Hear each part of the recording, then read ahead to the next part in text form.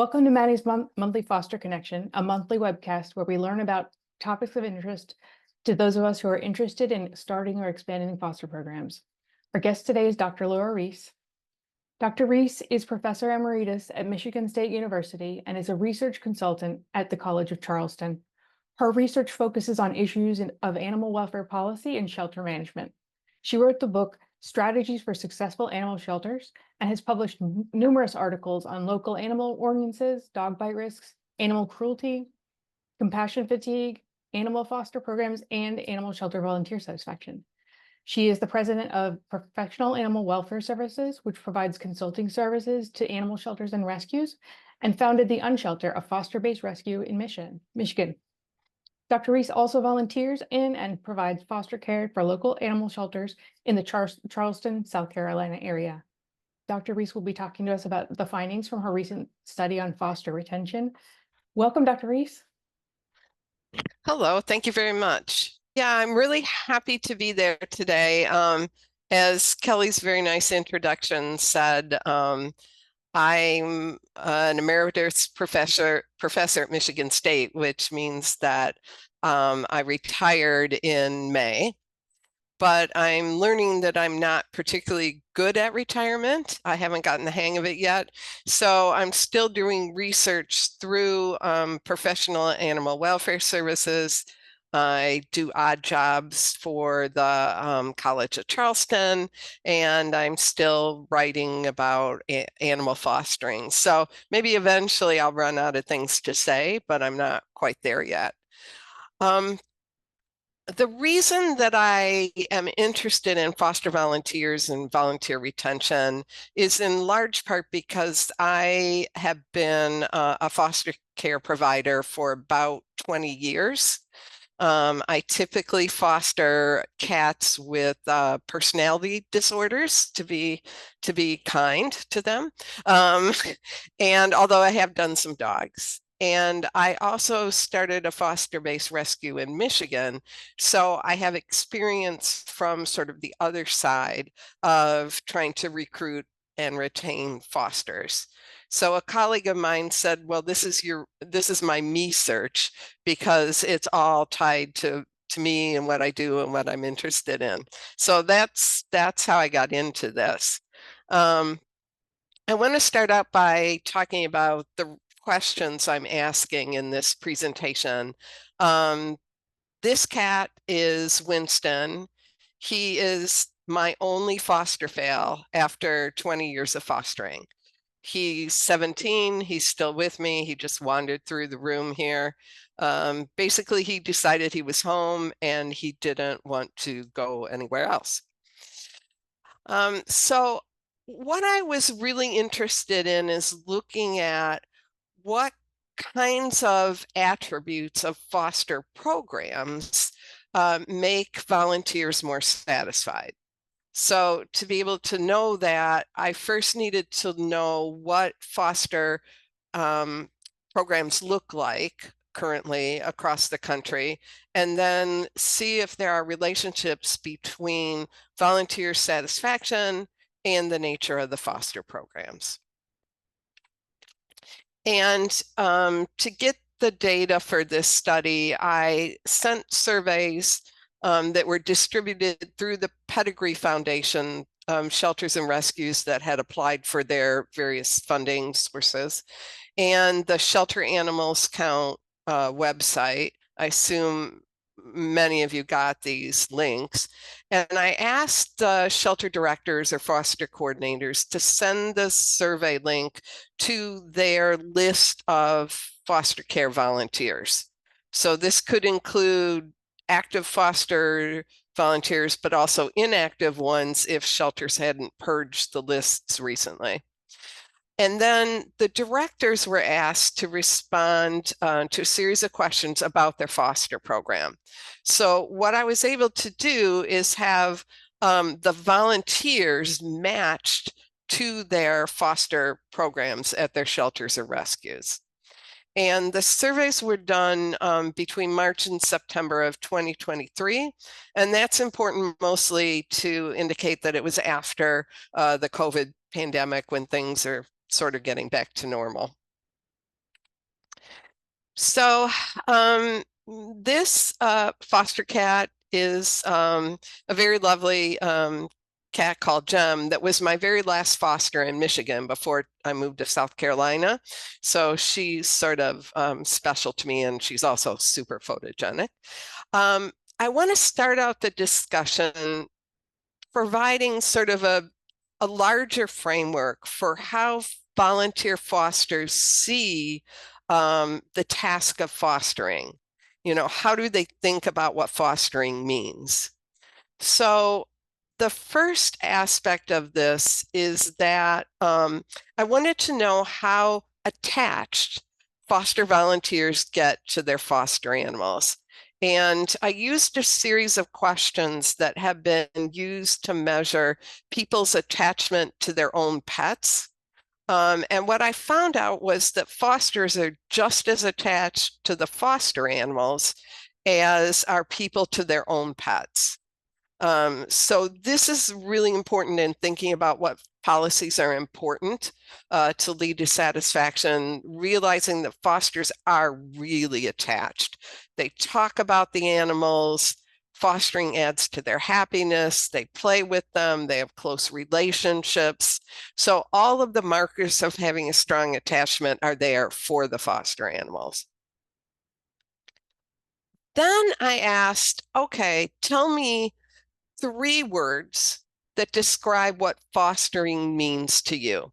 And they were able to fill in the blank and tell me the 3 words. And this is a word cloud made up of the first words that were written down. And the larger size of the type indicates that more people said that.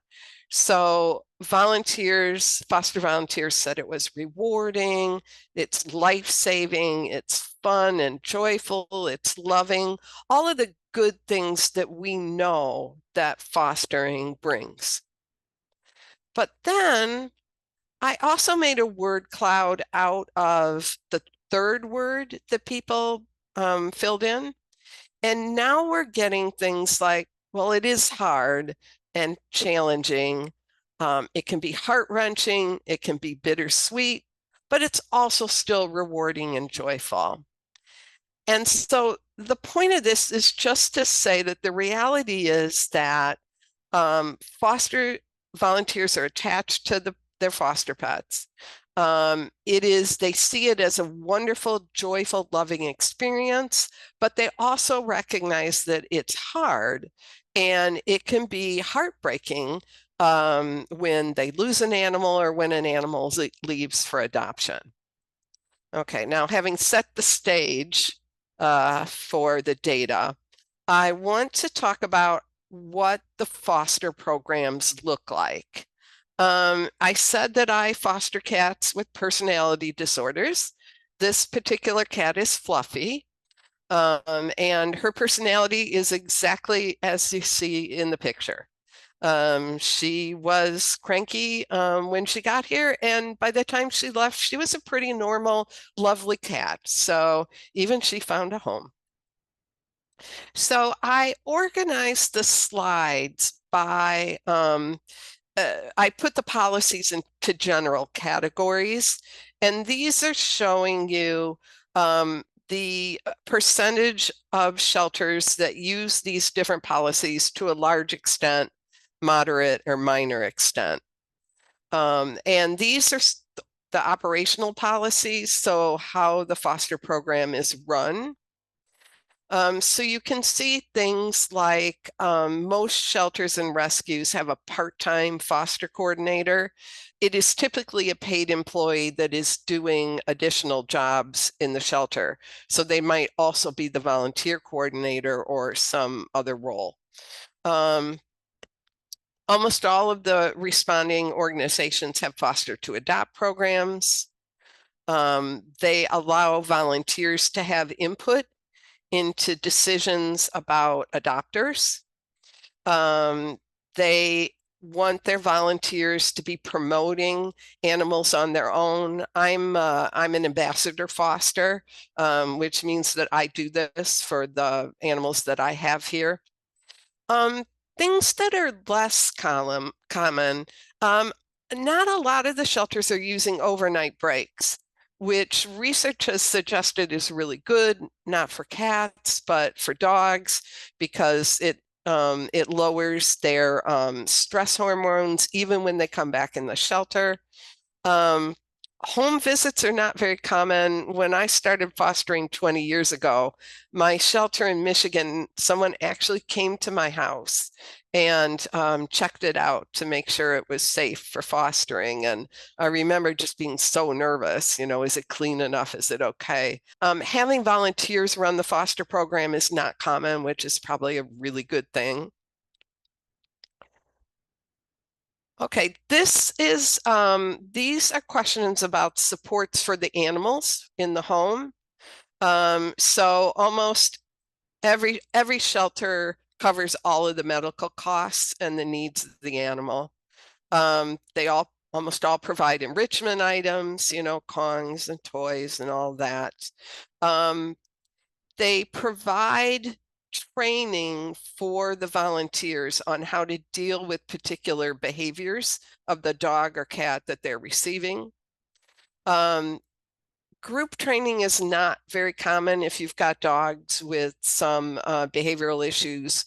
In some areas, volunteers will do group training for those dogs. That's not particularly common, nor is monetary support. So, here's like $20, go get a bag of food. All right, training for volunteers. Most organizations provide training on how to deal with basic behaviors of the cats and the dogs that they're getting, how to care for them, how to feed them, how to introduce them to resident animals, how to deal with medical conditions. A little less common on how to generally handle animals, like how to do loose leash walking, how to get the foster in the cage when it needs to go to the vet or get adopted. And very few offer volunteers training on how to help get their pets adopted. So shelters want volunteers doing this, but they don't provide a lot of support on, how do you do that really? Volunteer orientations, this is somewhat interesting. I didn't expect to see this big difference, but most shelters are still doing remote onboarding for foster volunteers. Many fewer are doing in-person foster orientations. So there might be an in-person general orientation, but then the foster orientations tend to be remote. Volunteer recognition. Most organizations are providing recognition for fosters on social media, Facebook, Instagram, and they recognize volunteers at general recognition events, not specifically foster recognition, but they might have foster awards at that larger foster event. Fewer organizations provide awards or citations, and very few provide tangible rewards like here's a coupon for a massage, or here's some coupons for a pet store. That tends not to be very common. On Friday, I'm going to my shelter's volunteer recognition event, which is going to be lovely and meaningful to me. This is the most important slide because it relates most directly to those realities of fostering. So most organizations check in with their foster volunteers regularly. A few days after the animal comes home, check in, see how things are going. All right, less common are the rest of these sort of volunteer supports. So there's been a lot of research and a lot of talk in the professional venues about the importance of foster mentors, having more senior fosters, getting assigned newer fosters, and being the place where they can go with questions if they need support. And it lightens the load of the foster coordinator because these mentors can handle a lot of these issues and questions and concerns. There is a shelter down here in Charleston that had experimented with monetary adoption bonuses.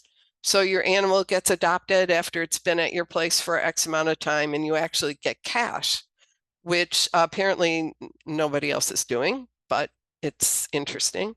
And things like transportation assistance, having other volunteers who might like to foster but just don't have the time, provide transportation to vet appointments or meet and greets or pack hikes or getting them out in the community to help the primary foster with those transportation issues. Similarly, having other fosters that will provide vacation backup, respite care, come walk a dog during the day if the person's at work or has a business trip, just providing that backup to fosters so that they can deal with other things in their lives. Updates after adoption. Any of us who fostered, I'm sure, know how important it is and how much we like getting updates from the adopters. My most recent adopter is texting and calling me several times a week. Actually, that might be too much, but we really like to hear how the animals are doing. And it's not actually very common that these are transmitted to the foster providers. Very few shelters offer compassion fatigue support to their foster volunteers or actually even to their staff. You know, when you have a failure to thrive kitten or a dog has a behavioral euthanasia, and very little attention is given to suggesting to volunteers what they might be doing for self-care and helping them in finding you know, support groups or yoga classes or having puppy yoga for your foster volunteers. So there's kind of much less concern about that need for sort of self-care, which is related to that issue of volunteers saying, yeah, this is hard, and it is heartbreaking sometimes. Okay, to get to the crux of this, I now want to talk about the relationships between the policies and satisfaction. This cat is Puck. He's one of my earlier fosters. I still have a large, deep scar on my arm from trying to put Puck into the carrier to go home with his adopter. Obviously, I was not sufficiently trained on how to get the cat in the carrier. I'm much better now, but I have a personal tattoo from Puck that I will remind me of him for forever. Okay, so this table has just the policies that are related to satisfaction. So these are the policies that are really strongly correlated to volunteer satisfaction. So other way of thinking about it is these are the things that foster volunteers really like. They really like in-person orientations. So while the remote orientations may be easier and logistically easier, foster volunteers really dig those in-person orientations. And I suspect that it's because it ties them more to the shelter, but also because they get to meet other foster volunteers. They really like those regular check-ins, and the more regular, the better. They really like having foster mentors, having someone that they can go to and ask questions and get emotional support and just have someone to talk to. And again, the foster mentors would get maybe, just a handful of people they're responsible for. And it does really take the load off of the foster coordinator. Okay, input into adoption decisions. This is an interesting one because this is a very strong correlation, but it's actually a negative correlation, meaning shelters that let their fosters have more input into the adoption decision, they are less satisfied. It's almost as if the foster volunteers really don't want that part of the responsibility. Now, I just give my opinions whether they're asked for or not, but I think I seem to be in the minority. Fosters really like overnight programs, not having to make the commitment to have a foster for, till adoption or even for a couple of weeks, but to just try it out overnight. I have a sense that this is a gateway drug into fostering. So people who aren't sure if they can do it or if they, want to do it or how hard it is, try it for a weekend or a week, and it benefits the animals, the dogs, I'll say. But it also seems to be something the volunteers really like the option of having. They like to be trained on how to handle animals, how to handle cats, fractious cats, how to pill them, how to get a loose leash walk, basic information on handling. They really want to be trained on how to facilitate the adoptions. So shelters want volunteers helping with this, and volunteers want to help, but they're not necessarily getting the training on how to do that, and they would like it. They like choices of communication methods.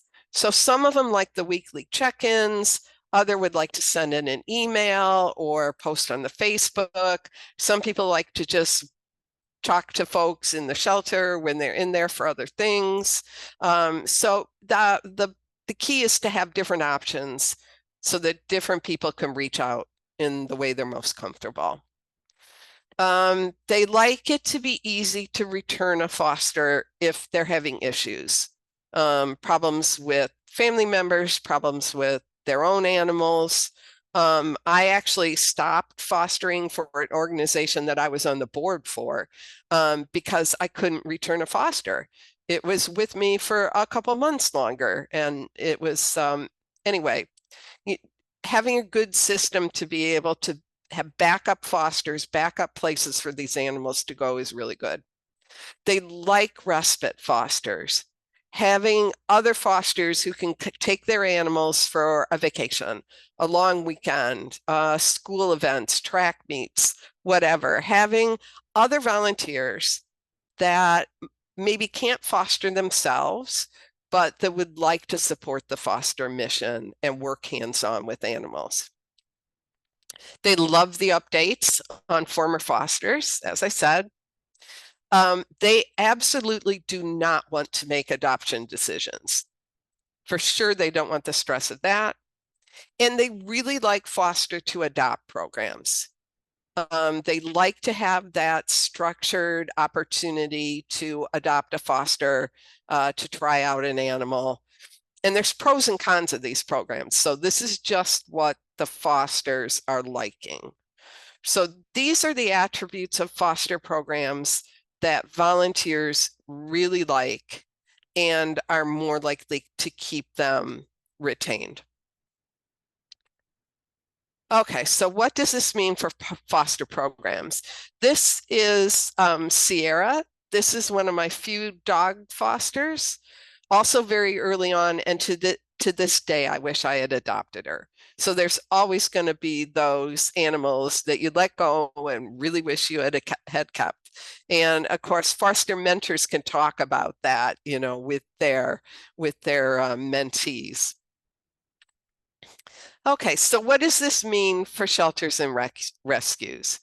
So for training on animal handling and in-person orientations, communication, multiple channels of communication, proactive check-ins, and provide fosters with updates if you can.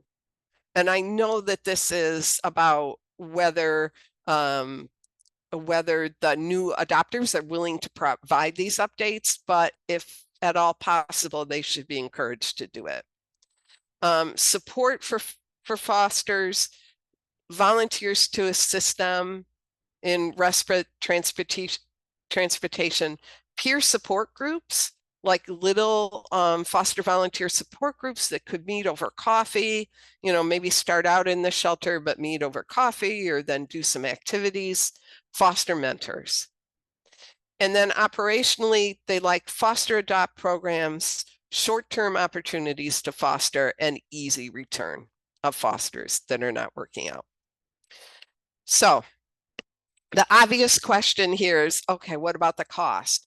Our volunteer coordinators are so busy in all of the jobs they're doing.